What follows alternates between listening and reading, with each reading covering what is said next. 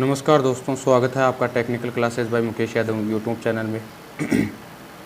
आज हम जो आईटीआई की एग्ज़ाम में सीबीटी एग्ज़ाम होने वाली है उससे संबंधित में कुछ क्वेश्चंस कर लेके आ रहे हैं जो अपने निम्मी के द्वारा क्वेश्चन दिए गए हैं, जिनमें सबसे ज़्यादा क्वेश्चन आने की संभावना रहती है। उन क्वेश्चनों को लेकर आ रहे हैं। आज हम स्टार्ट करेंगे वैद्युतिक केबल्स, जो केबल्स होती हैं केबल्स के बारे में, और जो सोल्डरिंग होती है उनकी जानकारी प्राप्त करेंगे। उनके बारे में जो क्वेश्चंस होते हैं, एमसीक्यू होते हैं, उनके बारे में देखेंगे। तो आज हम पहला क्वेश्चन देखते हैं। 32 एम्पियर रेटेड केबल की धारा वहन क्षमता क्या होगी यदि इसे पुनः तार बांधने योग्य फ्यूज से सुरक्षित किया जाता है। जैसे जो अपना किट फ्यूज आते हैं, फ्यूज 3 प्रकार के होते हैं। किटकेट फ्यूज होता है, कार्टिज फ्यूज होता है, एचआरसी फ्यूज होता है। तो इसमें जो किटकेट फ्यूज होता है, तब पुनः तार बांधने वाला होता है, वो किटकेट फ्यूज होता है। कौन सा होता है? किटकेट फ्यूज होता है। तो किटकेट फ्यूज से यदि इसको संयोजन होता है, जो फ्यूज लगाया जाता है इसमें, तो इसकी जो एम्पियर रेटिंग होगी वो कितनी होगी? तो इसकी एम्पियर रेटिंग होगी वो कितनी होगी भाई? इसकी 26 एम्पियर होगी। चलो अगला क्वेश्चन की तरफ बढ़ते हैं।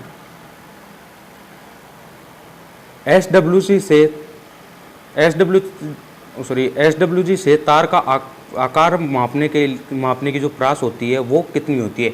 एक एसडब्ल्यूजी द्वारा कितने गेज तक का जो तार होता है वो मापा जा सकता है। उसमें जो माप क्षमता होती है एसडब्ल्यूजी में वो कितनी होती है? तो जो माप क्षमता होती है वो 0 से 36 एसडब्ल्यूजी तक होती है। एसडब्ल्यूजी का जो फुल फॉर्म होता है, वो एसडब्ल्यूजी का जो मतलब होता है वो होता है स्टैंडर्ड वायर गेज। क्या होता है? Standard wire gauge. चलो अगले क्वेश्चन की तरफ बढ़ते हैं। जो इसमें जो अपना जो चित्र आ रहा है, इसमें ड्राइंग दी हुई है, इस ड्राइंग में जो जॉइंट किया हुआ है वो जॉइंट कौन सा है? देखो इसमें पहला आ रहा है aerial tap joint. Aerial tap joint तो उसके ऊपर से जो लगाया जाता है वो होता है। अब इसमें जो लगा रखा है उसमें पहले एक गांठ बांध रखी है। ध्यान से देखो यहाँ वाले इस हिस्से में, तो इसमें एक गांठ बांध रखी है इसने। क्या है? इसमें एक पहले गांठ बंधी होती है। तो गांठ जो बंधी होती है और उसके बाद में जो लपेटे जाता है, तार लपेटा जाता है, उसको कौन सा वो जो जॉइंट कौन सा होता है? Noted tape joint. इसमें क्योंकि पहले नोट लगाया, नोट को मतलब गांठ लगाई है और उसके बाद में आगे का काम किया गया, आगे तार को लपेटा गया है। इससे आगे अगला क्वेश्चन देखते हैं अपन। गैल्वेनिकृत लोहे के लिए किस प्रकार के सोल्डरिंग फ्लक्स का प्रयोग किया जाता है? जो लोहा होता है, गैल्वेनिकृत लोहा होता है, उसके लिए जो फ्लक्स होता है, सोल्डरिंग, जो लोहे को यदि अपन सोल्डरिंग करते हैं, सोल्डरिंग करने में उसमें वेल्डिंग जिसको बोलते हैं अपन लोकल लैंग्वेज में वेल्डिंग बोलते हैं। तो वेल्डिंग के लिए जो फ्लक्स होता है वो फ्लक्स किस प्रकार का प्रयोग किया जाता है? तो फ्लक्स होता है हाइड्रोक्लोरिक अम्ल प्रयोग किया जाता है, जिससे कि जो उसमें जो जंग वगैरह का पदार्थ लगा होता है या फिर मिट्टी वगैरह लगी होती है, जो फ्लक्स के द्वारा वो साफ हो जाती है। तो वो कौन सा होता है? जो हाइड्रोक्लोरिक अम्ल होता है, उस अम्ल का इस्तेमाल किया जाता है। अगला क्वेश्चन देखते हैं। मात्रा उत्पादन और टिनिंग कार्य हेतु कौन सी सोल्डरिंग विधि का प्रयोग किया जाता है? जो किसी का उत्पादन वगैरह कर रहे हैं या फिर जो टिनिंग कार्य करते हैं, टिनिंग कार्य में जो सोल्डरिंग विधि होती है वो कौन सी विधि प्रयोग की जाती है? टिनिंग कार्य का मतलब होता है जो गड्ढे में, यानी कि जो अपने कॉर्नर वगैरह बनाते हैं एल आकार में, तो जो इस कॉर्नर में वेल्डिंग करनी होती है, इस कॉर्नर में वेल्डिंग करते हैं, उस वेल्डिंग को कौन सी विधि के द्वारा, कौन सा क्या नाम होता है उसका? तो उसका नाम होता है अपना डीप सोल्डरिंग। जो गहराई में सोल्डरिंग की जाती है वो कौन सी कहलाती है? अपनी डीप सोल्डरिंग। अगला क्वेश्चन की तरफ बढ़ते हैं अपन। अगला क्वेश्चन है, इस भूमिगत केबल में एक्स इंगित करता है। देखो भाई, इससे जो ये वाला चित्र है, इस ये वाला क्वेश्चन है, इसमें चित्र नहीं दिखाया हुआ, शो नहीं कर रहा है अपने, तो टाइपिंग मिस्टेक है इसमें। तो इसका जो आंसर होगा वो आंसर होगा इसका बेंडिंग। अगले क्वेश्चन की तरफ बढ़ते हैं। अगला क्वेश्चन है, XLPE का पूर्ण रूप क्या है? XLPE का जो फुल फॉर्म होती है वो क्या होती है? XLPE की फुल फॉर्म होती है क्रॉस लिंक्ड पॉली एथेनॉल। इसका जो ऑप्शन सी है वो इसका करेक्ट है।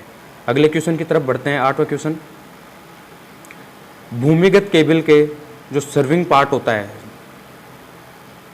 जो ऊपर वाला जो इसमें एक्स मार्क कर रखा है, जो मार्क कर रखा है वो वाला पार्ट कौन सा होता है? जो ये एक्स से चिन्हित कर रखा है वो वाला पार्ट कौन सा है, या इस जो एक्स वाला ये वाला मान पार्ट है इसका नाम क्या होता है? इसका नाम होता है वो क्या होता है? इसमें कौन सा ऑप्शन जो डी दे रखा है, ऑप्शन डी इसमें करेक्ट होगा। आर्मेडिंग कवर का जो वायुमंडल के जो नमी वगैरह का प्रभाव होता है उस प्रभाव से बचाना होता है। जो एक्स चिन्हित भाग है, ये वाला भाग जो एक्स से चिन्हित किया हुआ है, डॉट डॉट जो जिस चित्र में आ रहे हैं, ये वाला हिस्सा, तो ये होता है जो वायुमंडल की नमी होती है उस नमी से बचाने का काम करता है। अगला क्वेश्चन देखते हैं। लूप टेस्ट में भूमिगत केबल के किस प्रकार के दोष के स्थान को ज्ञात किया जा सकता है? जो इसमें ये एक अपने को चित्र दे रखा है, इसमें जो भूमिगत केबल होती है उसका जो दोष होता है, कौन से दोष को ज्ञात करने के लिए इस परिपथ का प्रयोग करते हैं या इस परिपथ को इस प्रकार से बनाते हैं। तो इस प्रकार का परिपथ बनाते हैं वो जो शॉर्ट सर्किट फॉल्ट होता है या शॉर्ट सर्किट होता है, लघु परिपथ दोष, उसको ज्ञात करने के लिए, उसका पता लगाने के लिए इस प्रकार से जो परिपथ बनाते हैं। इसमें दो प्रतिरोध लगा रखे हैं, पी और क्यू। यहाँ पर जो गैल्वेनोमीटर होता है वो लगा रखा है इस वाले हिस्से में, और सप्लाई के लिए बैटरी, डीसी बैटरी इस्तेमाल कर रहे हैं। ये वाला जो ऐसा इस्तेमाल जो तरीका अपनाया जाता है, ये वाला तरीका जो लघु परिपथ दोष होता है उसको अपना ध्यान देखने के लिए या ज्ञात करने के लिए प्रयोग किया जाता है। उत्पादन संयंत्रों में किस प्रकार के केबल बिछाने की विधि प्रयोग की जाती है? जो उत्पादन संयंत्र होते हैं जहाँ पर विद्युत धारा का उत्पादन किया जाता है, वहाँ पर कौन सी विधि के द्वारा जो केबल बिछाई जाती है वो कौन सी विधि में बिछाई जाती है? जो उत्पादन संयंत्र होते हैं वहाँ पर हवा में जो रेक होती है, हवा में जो ऊपर मतलब अपने सिरोपरी लाइन होती है, सिरोपरी लाइन के रूप में उसको बिछाया जाता है, जो खुले नगे वायर होते हैं उसी प्रकार से। अगला क्वेश्चन है 11 नंबर क्वेश्चन। तांबे के परमाणु आबंध में कितने चक्कर होते हैं? जो तांबे का जो परमाणु के आबंध होता है, परमाणु तो जानते होंगे, जो एक गोले में चक्कर, जो इलेक्ट्रॉन चक्कर लगाते हैं उसमें, तो हाइड्रोजन तांबे होता है, तांबे का कितने होते हैं? तो तांबे का होता है 1। तांबे कितना होता है? 1 होता है। अंतिम कक्षा का जो होता है, अंतिम कक्षा के इलेक्ट्रॉन है उसकी बात कर रहे हैं यहाँ पर। अगला क्वेश्चन है, नियॉन लैंप विद्युत धारा का प्रभाव क्या कहलाता है? जो नियॉन लैंप होता है वो विद्युत धारा का कौन से प्रभाव में काउंट किया जाता है? तो नियॉन लैंप है वो जलता किस कारण से है? तो नियॉन लैंप होता है वो गैस का आयनीकरण होता है, आयनीकरण की वजह से जलता है। तो कौन सा हो जाएगा? नियॉन लैंप विद्युत धारा कौन सा प्रभाव होता है? गैस का आयनीकरण प्रभाव। तो गैस का आयनीकरण की वजह से वो चमकता है, जो गैस का आयनीकरण होता है तो वो चमकता है, तो उस वजह से कौन सा हो जाएगा? गैस का आयनीकरण प्रभाव हो जाता है। अगला क्वेश्चन है, कुचालक प्रतिरोध की इकाई क्या होती है? जो कुचालकता होती है, कुचालकता की जो इकाई होती है वो इकाई क्या होती है? कुचालक प्रतिरोध की इकाई है वो, जो कुचालक प्रतिरोध की इकाई होती है वो होती है अपनी कौन सी? Mega ohm. क्या होती है भाई? अपनी मेगा ओम होती है जो कुचालक प्रतिरोध की इकाई होती है वो। अगला क्वेश्चन है, कौन सा विद्युत उपकरण अधिक अतिरिक्त धारा संरक्षण का है? मतलब जो ऐसा कौन सा विद्युत का उपकरण कौन सा है वो जो धारा है वो खुद की क्षमता से भी ज़्यादा धारा एकत्रित कर सकता है या धारा ले सकता है? तो देखो, ऐसा जो फ्यूज होता है वो फ्यूज सबसे मेन होता है, वो अपना जो तार बांधने वाला है जो, या किटकेट फ्यूज होता है, वो फ्यूज होता है कौन सा? KitKat fuse. कार्टिज फ्यूज होता है, उसकी जो क्षमता है 32 एम्पियर तक की रेटिंग है, तो फिक्स रेटिंग तक आते आते वो ऑटोमेटिकली फ्यूज जो गल जाता है, जो फ्यूज वायर होता है वो गल जाता है। एमसीबी है, एमसीबी की जितनी क्षमता है उस क्षमता पर 16 एम्पियर या 6 एम्पियर जो भी क्षमता है, 32 एम्पियर तक की जो क्षमता है उस क्षमता पर आते ही ये ऑटोमेटिकली क्या हो जाती है? ट्रिप कर जाती है। लेकिन जो पुण्य तार बांधने वाला जो फ्यूज होता है, किटकेट फ्यूज जिसको बोलते हैं, तो वो क्या होता है? वो थोड़ा सा एक्स्ट्रा भी सर्वाइवल कर जाता है या चल जाता है। अगला क्वेश्चन है अपना, एल्यूमिनियम चालकों को सोल्डर करने के लिए किस प्रकार के सोल्डरिंग फ्लक्स का प्रयोग किया जाता है? जो एल्यूमिनियम के चालक होते हैं उनको सोल्डरिंग करता है, सोल्डरिंग करने के लिए फ्लक्स होता है, वो फ्लक्स कौन सा प्रयोग किया जाता है? तो इसमें जो केर अल लाइट प्रकार का जो सोल्डर वो होता है, फ्लक्स होता है, केर अल लाइट प्रकार का जो सोल्डर होता है वो प्रयोग किया जाता है। अगले क्वेश्चन की तरफ बढ़ते हैं। पिघले हुए सोल्डर को बार बार पिघलाने से क्या प्रभाव पड़ता है? यदि कोई सोल्डर है, उसको एक बार हमने काम में ले लिया और फिर उसके बाद में उसको वहाँ से हटा लिया, फिर दूसरी जगह काम में ले लिया, ऐसे बारी बारी से यदि अपन किसी भी सोल्डरिंग को, या जो सोल्डर होता है अपना, जो धातु होती है, गलने वाली धातु होती है, उसको यदि बारी बारी से इसी प्रकार काम में लेंगे तो इस पर प्रभाव क्या होगा? तो देखो, इसका प्रभाव होता है जो टिन का भाग होता है, उसमें टिन और शीशा दो धातुएं मिली होती है। कौन कौन सा? एक तो टिन और एक होता है अपना शीशा।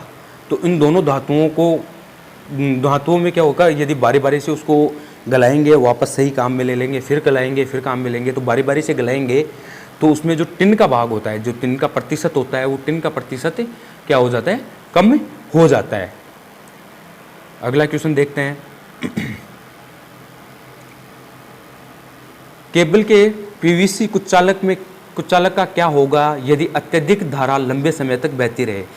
यदि कोई भी केबल है और उसमें जो पीवीसी का कुचालक लगा होता है, कुचालक पदार्थ, उसमें जो अचालक आवरण लगा होता है वो पीवीसी का होता है, तो यदि उसमें लंबे समय तक, एक्स्ट्रा टाइम तक उसमें अधिक धारा बहती रहती है या धारा बहती रहती है, तो उस पर क्या प्रभाव पड़ेगा? तो भाई जो उसका जो पीवीसी ऊपर जो कुचालकता का काम कर रहा है, उसका क्या हो जाएगा? जो इंसुलेशन है, प्रतिरोध है, वो कम हो जाएगा और वो एक टाइम ऐसा आएगा यदि ज़्यादा ही गर्म हो जाएगा तो वो जो पीवीसी है वो पिघल जाएगा और एक लिक्विड रूप धारण कर लेगा, जिससे कि जो हमने अपनी केबल या कोई वायर वगैरह है वो चालक पदार्थ हो जाएगा, उस पर जो अचालक आवरण है वो नष्ट हो जाएगा। अगला क्वेश्चन है, केबल बिछाने की कौन सी विधि संकीर्ण क्षेत्रों में उपयुक्त होती है? जो छोटे क्षेत्र होते हैं, संकरे क्षेत्र होते हैं, उनमें जो केबल बिछाते हैं, केबल बिछाने के लिए सबसे उपयुक्त विधि होती है वो कौन सी होती है? अपनी डक्ट पाइप विधि।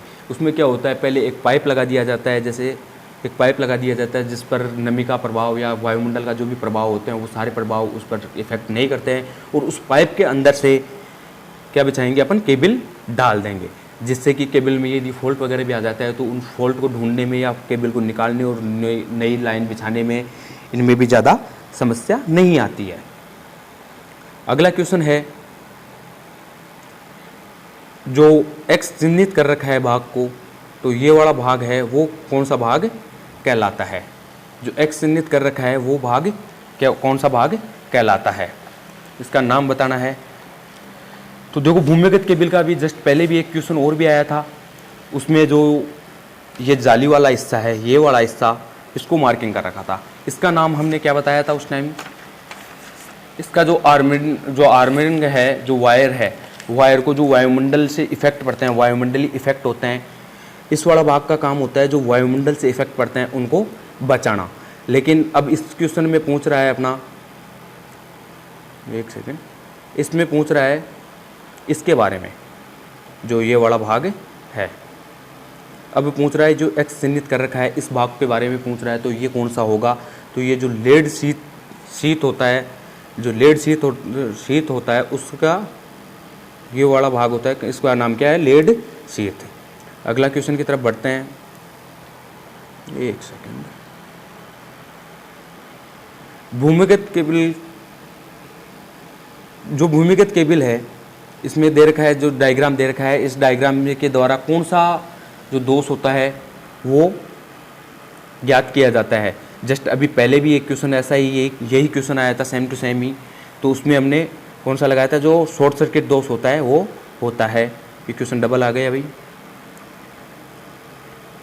अगला क्वेश्चन है, भूमिगत केबल में कौन सा भाग धात्विक के कवच को शरण से बचाता है? भूमिगत केबल होती है, उसमें कौन सा भाग होता है जो धात्विक कवच होता है, उसको जो वायुमंडल के इफेक्ट होते हैं उन इफेक्ट से बचाता है। तो जो वायुमंडल के इफेक्ट से बचाता है वो होता है अपना बेंडिंग। जो बेंडिंग पदार्थ होता है वो क्या होता है? उसको वायुमंडल की जो नमी वगैरह होती है उससे बचाता है, जिससे कि उस लोहे वाले भाग पर, जो धात्विक भाग होता है, उस पर जंग वगैरह नहीं लगती है, जिससे कि वो जो केबल है, केबल को जो बाहरी चोट वगैरह होती है उनसे सुरक्षा प्रदान करता रहता है।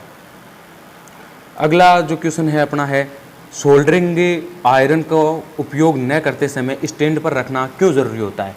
क्योंकि देखो, सोल्डरिंग आयरन है वो एक गर्म रहने वाला पदार्थ है। यदि जैसे हम उसको काम में लेंगे तो उस टाइम वो गर्म रहता है तभी काम करता है वो। तो यदि उसको हम क्या करेंगे, स्टैंड पर नहीं रखेंगे तो क्या करेगा वो, जो नीचे वाले जो भाग हैं जहाँ पर अपन उसको रख रहे हैं तो वहाँ पर क्या हो जाएगा, आग वगैरह जलने की या जो भी लकड़ी वगैरह या प्लास्टिक वगैरह जिस पर रखा है हमने वो उसको जलने की संभावना हो जाती है। तो क्या होता है, स्टैंड पर रखने से क्या हो जाता है, यह जलने एवं अग्नि को रोकता है। जो जलता है, जलने वाले भाग को स्टैंड पर रखेंगे तो वो ऊपर रहेगा, किसी भाग पर टच नहीं होगा, तो जलने का संभावना कम रहती है। तो जलने वाला जो काम होता है, जो ऑप्शन एक है, एक नंबर ऑप्शन है, वो अपना इसका करेक्ट होगा। अगले क्वेश्चन की तरफ बढ़ते हैं। जंक्शन बॉक्स में किस प्रकार के तारों के जोड़ पाए जाते हैं। जो जंक्शन बॉक्स लगाते हैं अपन, कहीं भी जोड़ करते हैं, जंक्शन बॉक्स से फिटिंग वायरिंग वगैरह करते हैं तो जंक्शन बॉक्स लगाते हैं। तो जंक्शन बॉक्स में जो पाइपों के जोड़ होते हैं वो किस प्रकार के होते हैं। तो वो जोड़ होते हैं, वो होते हैं रेड टेल जोड़। कौन से जोड़ होते हैं, रेड टेल जोड़। अगला क्वेश्चन है, जो जोड़ दे रखा है, इसमें एक चित्र दे रखा है। इस चित्र में जो जॉइंट दिखा रखा है अपने को, इस जॉइंट का नाम है, वो जॉइंट का नाम कौन सा है, या ये जॉइंट कौन सा जॉइंट है। तो ये वाला जो जॉइंट है वो मेरिट जॉइंट है। आज की क्लास में इतना ही। जो इससे अपने जो वैद्युतिक केबल से हम सोल्डरिंग के जो अपने आगे के क्वेश्चन और बच रहे हैं अभी, वो क्वेश्चन अपने नेक्स्ट क्लास में लेंगे। आज तक के लिए इतना ही। चैनल को अधिक से अधिक सब्सक्राइब करें, वीडियो को लाइक शेयर ज़रूर करें, और जो भी आपके साथी ITI के साथी हैं उन सभी को वीडियो शेयर करें ताकि वो भी एग्ज़ाम में अच्छे से अच्छे नंबर ला सकें। धन्यवाद।